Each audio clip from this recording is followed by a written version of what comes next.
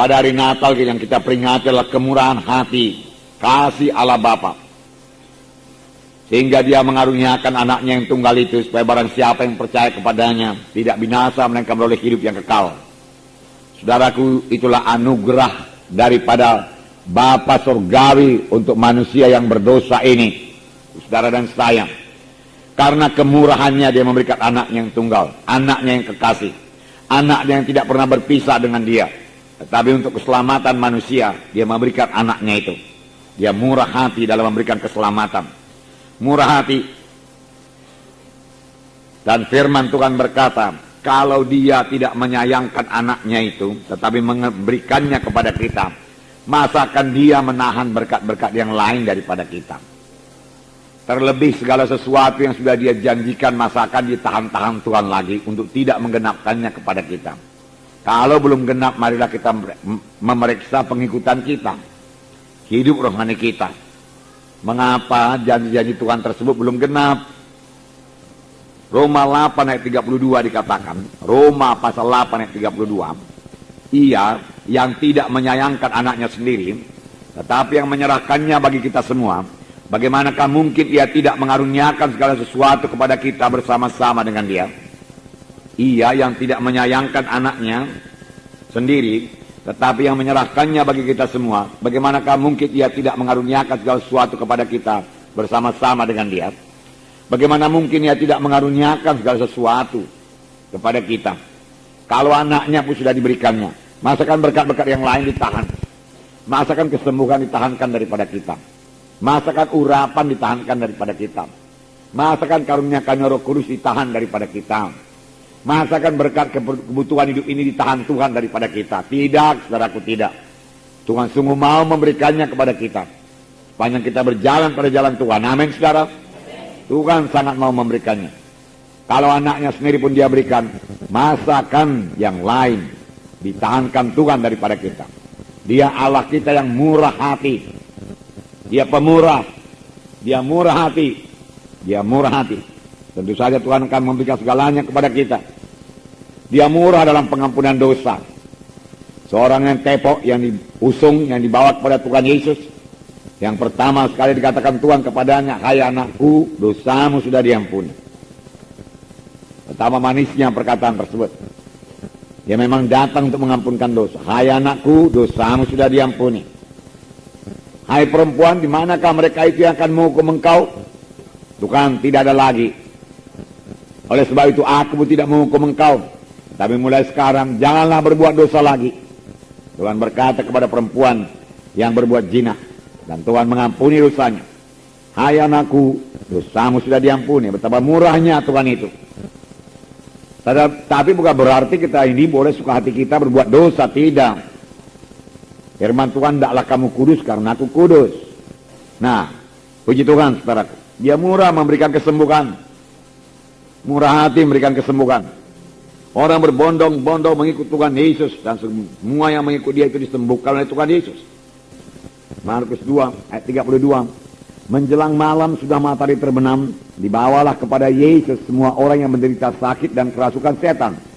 Maka berkerumunlah seluruh penduduk kota itu di depan pintu.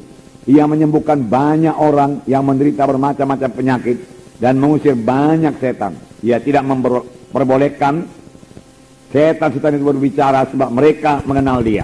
Dengarkan baik-baik. Lihat Markus 1 ayat 34. Markus 1 ayat 34. Dapat? Ia menyembuhkan banyak orang yang menderita bermacam-macam penyakit. Jadi bukan satu penyakit, bermacam-macam penyakit dan banyak orang. Kemudian ia mengusir banyak setan. Ini harus jadi dalam pelayanan kita, amin. Tidak cukup 1-2 saja sembuh, banyak orang sembuh dan banyak setan diusir, amin. Dalam KKS saudara juga ini harus jadi. Banyak orang sembuh, banyak setan diusir, amin. Ya, oleh sebab itu dalam pelayanan kita ini, baik pelayanan di gereja, baik pelayanan di KKS, harus banyak setan diusir, amin. Ya, banyak orang sembuh, amin. Ya, sembuh, sehat dan kuat. Nah, itulah pelayanan Tuhan Yesus. Sebab Tuhan Yesus berkata, pekerjaan-pekerjaan yang aku perbuat akan kamu perbuat. Dengan pekerjaan lebih besar daripada yang akan kamu perbuat, sebab aku pergi pada Bapa. Sebab Tuhan murah hati. Amin. Dan untuk itulah dia datang, untuk menyembuhkan, untuk mengusirkan setan. Ya, saudara percaya itu, saudaraku. Ya, jangan terus mundur, jangan terus merasa tidak enak kalau ada orang digotong ke kaki saudara. Ya, saudara terimalah itu sebagai satu kesempatan untuk menyatakan kuasa Tuhan. Amin. Ya, sebab bukan saudara yang menyembuhkan. Dalam hal itu saudara jangan memandang kepada kekuatan saudara, pandang kepada Tuhan yang pemurah, pandang kepada kuasa bilur Yesus, pandang kepada janji Tuhan. Kerjaan lebih besar akan aku perbuat. Itu yang kita pandang, itu yang kita pegang. Pandang kepada Markus 16, mereka akan meletakkan tangan seorang sakit, orang itu sembuh. Amin. Nah, lalu saudara punya iman meletakkan tangan dan mengusirkannya dalam nama Yesus. Dia Allah yang murah hati. Murah hati dalam memberikan berkat. Dalam Filipi 4 ayat 19 saya bacakan pada saudara. Filipi pasal 4 ayat 19. Allahku akan memenuhi segala keperluanmu menurut kekayaan dan kemuliaannya dalam Kristus Yesus. Amin. Segala apa? Segala keperluanmu. Segala, bukan sebagian keperluanmu. Segala keperluanmu. Amin. Dia Tuhan yang baik, dia Tuhan yang murah hati. Kalau dia tidak menahankan anaknya yang tunggal, masakan dia menahankan lagi berkat-berkat lain daripada kita. Mari hidup benar di hadapan Tuhan, mari tekun mengikut Tuhan, mari tekun berdoa, mari tinggalkan semua dosa, mari bersungguh-sungguh hati mengikut Tuhan, dan mari murah hati sama sebagaimana Tuhan yang kita sembah itu murah hati. Tuhan meminta anak-anaknya juga murah hati. Amin. Dia murah hati dalam mengampuni. Maka anak-anak Tuhan juga murah hati dalam mengampuni. Jangan sakit hati. Berapa kali saudaraku berdosa kepadaku, kuampuni Tuhan, cukup 7 kali. Tuhan Yesus berkata 70 kali 7 kali. Selalu mengampuni, selalu mengampuni. Selalu memberi, selalu memberi. Beri maka kepadamu akan diberi. Tidak ada diberi maka kepadamu tidak ada diberi. Lebih baik kita memberi. Sebab firman Tuhan berkata lebih berkat memberi daripada menerima. Berkat memberi. Sebab yang kita beri itu adalah taburan kita. Dia akan bertumbuh. Oleh sebab itu mesti menabur dan mesti menuai. Tidak ganti-gantinya. Sampai Tuhan datang. Amin saudara. Yang banyak menabur banyak menuai. Dalam Lukas 6 ayat 36 siapa yang ingat apa katanya? Hendaklah kamu murah hati sama seperti Bapamu adalah murah hati. Ya, ya. Hendaklah saya murah hati sama seperti Bapa saya murah hati. Ya. Seorang bapa yang murah hati, saudaraku, sangat merasa tidak enak melihat anaknya yang pelit.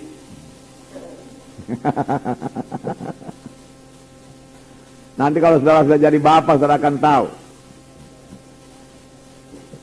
Harus murah hati. Murah hati. Amin saudara. Orang di dunia ini cari kedudukan. Orang di dunia ini cari pangkat. Orang di dunia ini dia menumpuk harta. Datang Tuhan Yesus hidup sederhana. Dia raja segala raja. Lahir pula di Betlehem. Kandang kuda pula. Kandang keledai. Atau kandang domba campur di situ.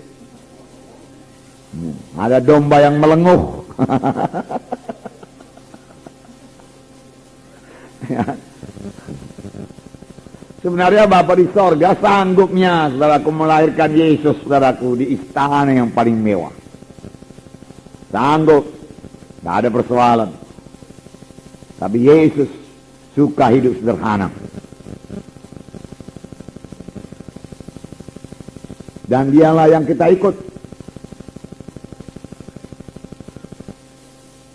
Dan itu sudah berlaku 2000 tahun yang lalu. Dan dia sama sekali tidak terkenal. Sampai Pilatus berkata, apakah engkau raja orang Yahudi? Nggak pernah dengar tentang engkau. Herodes dengar sedikit-sedikit. Kamu bisa berbuat tanda ajaib. Siapa sih kamu? Dia dilayani oleh Tuhan Yesus.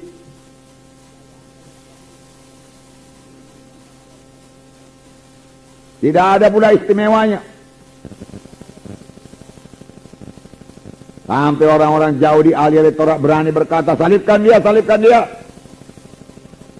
Kami tidak mau orang ini jadi raja kami, kaisar raja-raja kami. Tapi Tuhan tidak membalas. Petrus mencoba melawan, Tuhan Yesus berkata, nggak usah Petrus, nggak usah.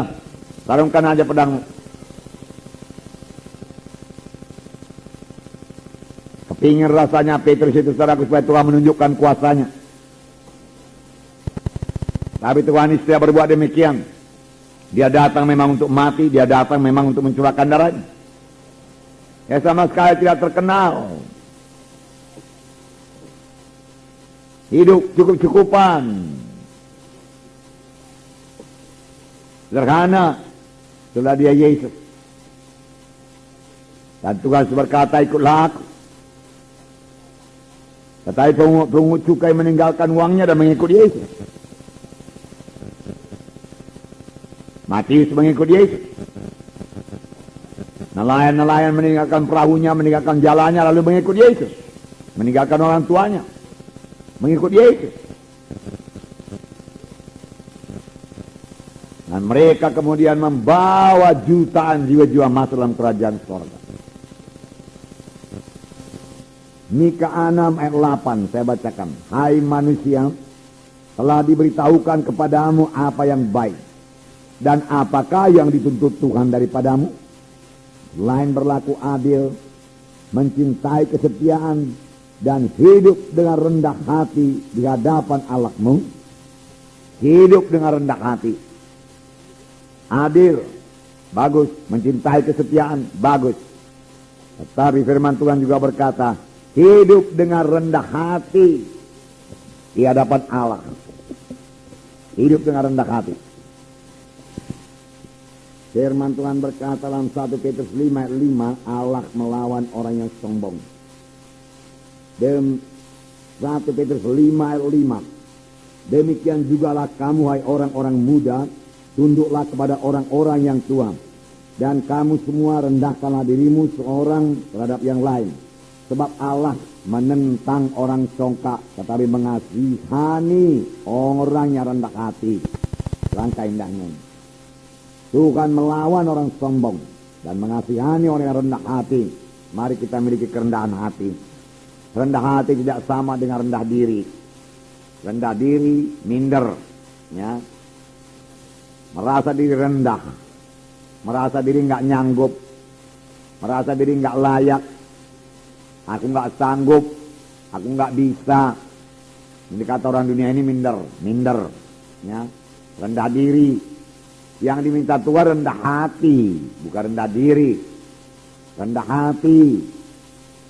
Rendah hati artinya tidak menyombongkan diri, tidak menonjolkan diri, tidak mengharap pujian, tidak mencari kehormatan.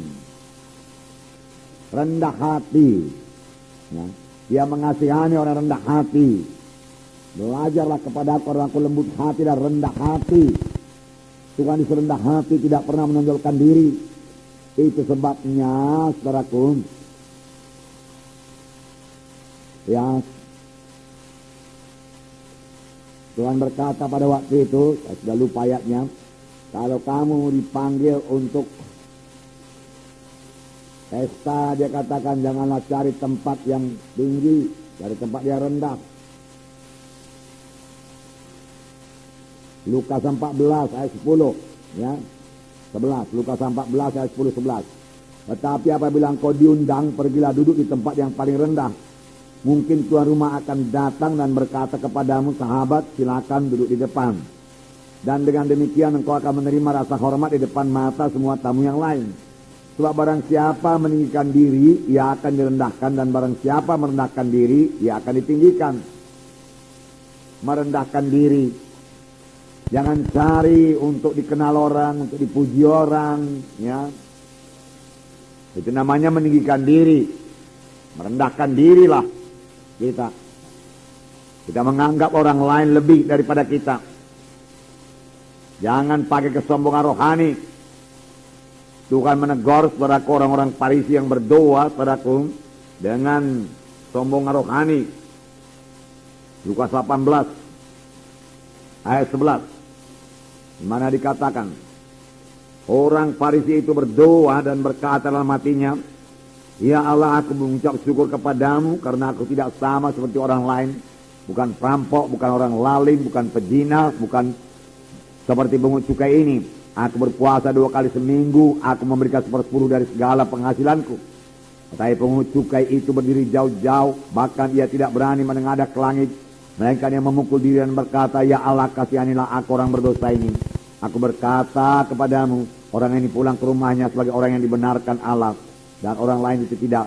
Sebab barang siapa meninggikan diri, ia akan direndahkan.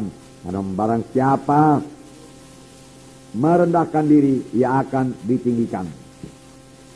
Jadi saudaraku, kerendahan hati, ya, marilah kita semua rendah hati sama sebagaimana Tuhan Yesus rendah hati. Kerendahan hati adalah satu karakter yang sangat terutama dalam mengikut Tuhan. Sangat terutama. Mengapa kerendahan hati sangat terutama? Melebihi semua karakter yang lain. Karena kerendahan hati adalah kebalikan daripada kesombongan yang sangat dibenci Tuhan. Karena kesombongan, Tuhan melawan orang sombong. Karena kesombongan, Lucifer jatuh. Memang Lucifer itu luar biasa, ya. Tapi bukannya, saudaraku, ya, kuasanya tak terbatas, saudaraku. Dia bisa diusir dalam nama Yesus, amin. Ya, dia cukup cerdik. Dia pemimpin pujian yang sangat luar biasa, pemimpin penyembahan. Dan dia begitu indah. Suaranya juga tentunya sangat baik. Tapi kemudian dia menjadi sombong, lalu dihukum oleh Tuhan. Sombongan itu menjatuhkan dia sungguh-sungguh. Dan kebalikan daripada sombong, lawan daripada sombong ialah kerendahan hati. Oleh sebab itu kerendahan hati adalah sangat berkenan kepada Tuhan. Amin. Marilah kita semua merendahkan diri sehingga kita memiliki kerendahan hati. Seorang hamba. Amin. Seorang hamba. Seorang hamba. Nah, puji Tuhan. Hari ini kita melihat lagi satu sifat lagi, sifat hamba atau sifat pelayan dari Tuhan Yesus. Menjadi pelayan. Menjadi hamba Tuhan itu menjadi pelayan. Menjadi hamba Tuhan, melayani Tuhan itu jadi pelayan, jadi hamba. Pengertian hamba ini, saudaraku, lain daripada pelayan sekarang. Tetapi pengertian hamba pada zaman Tuhan Yesus sama seperti hamba, yaitu Yusuf yang dijual ke tanah Mesir. Nggak ada haknya apa-apa. Namanya pun diganti. Saya rasa nama Yusuf pun diganti, entah siapa. Sabta Paneah, entah apa namanya itu, ya. Ya kan? Ya.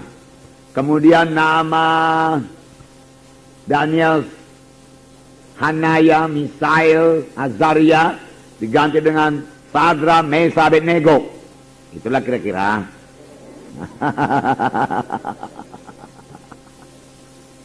Iya kan? Suka hati. Tidak ada haknya lagi itu kalau hamba yang sudah dijual itu. Ya, kalau orang sekarang berkata tidak berperi kemanusiaan. Orang manusia dijual di pajak sana. Ditawar. Dijual. Yesaya telah menubuatkannya. Yesaya 42 ayat 1. Saya bacakan. Lihat, itu hambaku yang kupegang. Orang pilihanku yang kepadanya aku berkenan. Aku telah menaruh rohku ke atasnya, supaya yang menyatakan hukum kepada bangsa-bangsa. Lihat, itu hambaku. Tuhan berkata, Bapa berkata, yang kupegang. Ya kan? orang pilihanku, aku telah menaruh rohku ke atasnya. Sehingga Tuhan Yesus berkata, roh Tuhan ada padaku yang mengurapi aku. Supaya ia menyatakan hukum, menyatakan jalan Tuhan kepada bangsa-bangsa. Yesus datang sebagai hamba. Hamba. Itu sebabnya pantas sekali dia lahir di Bethlehem di kandang kuda. Hamba. Hamba. Nah, pada waktu Yesus berada di dunia ini, dia mengakui dirinya seorang hamba. Lukas 22 ayat 27. Lukas 22 ayat 27. Sini dikatakan, sebab siapakah yang lebih besar, yang duduk makan atau yang melayani? Bukankah dia yang duduk makan? Tetapi aku ada di tengah-tengah kamu sebagai pelayan. Aku ada di tengah-tengah kamu sebagai pelayan. Aku ada di tengah-tengah kamu sebagai pelayan, Tuhan berkata. Aku ada di tengah-tengah kamu sebagai pelayan. Anak manusia juga datang bukan untuk dilayani, tapi untuk melayani, menjadi hamba. Banyak orang suka dilayani, tapi Tuhan Yesus suka melayani. Hendaklah karakter seperti ini ada pada kita masing-masing. Sebenarnya ini bukan hanya untuk pemimpin KKS sektor wilayah, hamba Tuhan seperti saya, saudara-saudara juga hamba Tuhan. Kita ini semua hamba Tuhan, amin. Tetapi bagi setiap anak-anak Tuhan harus memiliki roh pelayan. Harus memiliki roh pelayan. Roh pelayan. Nah, karena Tuhan kita adalah seorang pelayan, seorang hamba. Yesus adalah anak Allah. Betul-betul anak Allah. Bersama-sama dengan Bapa dari permulaan, pencipta dari segala sesuatu, turun ke dunia ini bukan dengan kemewahan, ya, bukan dengan keagungan, bukan dengan kemuliaan, tetapi sebagai hamba yang hina dina.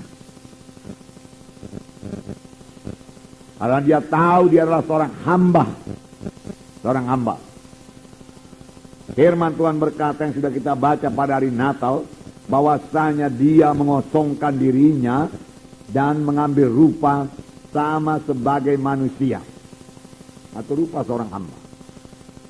Mana ini? Jadi sama dengan manusia. Ada hambanya enggak? Ada, saya pikir, ya. Ayat 7, Filipi 2 ayat 7. Melainkan telah mengosongkan dirinya dan mengambil rupa seorang hamba. Mengambil rupa seorang hamba pada saat itu. Dan menjadi sama dengan manusia. Dan dalam keadaan sebagai manusia ia telah merendahkan dirinya dan taat sampai mati. Bahkan mati di kayu salib. Saudaraku, dalam pengertian menjadi hamba dan perkataan taat, menjadi hamba dan perkataan taat, patuh, harus berjalan bersama-sama. Amin. Tidak mungkin menjadi hamba tapi tidak mau patuh. Itu namanya tidak hamba. Itu namanya tidak pelayan. Kalau memang kita ini seorang hamba, kita harus patuh. Betul, saudara? Harus taat. Dan Tuhan Yesus telah mempraktekkannya. Bahkan firman Tuhan berkata, dia taat sampai mati. Bahkan mati di kayu salib. Taat. Adakah upah seorang hamba? Ada. Ada. Amin. Bahkan firman Tuhan berkata mengenai Yesus, itulah sebabnya Allah mengaruniakan dia nama di atas segala nama. Karena apa? Karena dia patuh, karena dia taat. Ingatkah saudara ayat yang mengatakan, hai hamba yang baik dan setiawan, masuklah ke dalam kesukaan Tuhanmu. Jadi segala sukacita Tuhan, kesukaan Tuhan menjadi milik kita. Karena kita hidup sebagai seorang hamba yang rendah hati dan patuh, yang tidak melakukan kehendak kita, tapi melakukan kehendak Tuhan. Itulah dia hamba. Hamba itu tidak bisa melakukan kehendaknya sendiri. Kalau dia melakukan kehendaknya sendiri, aku mau begini, aku nggak suka itu, aku suka ini. Saudara, itu bukan hamba, itu bukan hati seorang hamba, bukan. Hamba itu harus patuh. Amin, saudara. Harus patuh, harus patuh. Taat. Itulah ciri-ciri seorang hamba. Dan tidak bisa melepaskan diri dari hamba. Tidak sebagai pelayan-pelayan toko itu atau pelayan rumah tangga, nggak suka dia, berhenti dia. Nggak bisa. Hamba itu sudah dibeli. Bahkan kalau dia melarikan diri, diadukan lagi sama tentara-tentara pada waktu itu. Nah, inilah dia Tuhan Yesus, saudaraku. Dan dia minta kita anak-anaknya juga menjadi hamba-hamba Tuhan. Jadi hamba-hamba Tuhan. Jadi dia mengosongkan dirinya dan mengambil rupa seorang hamba yang taat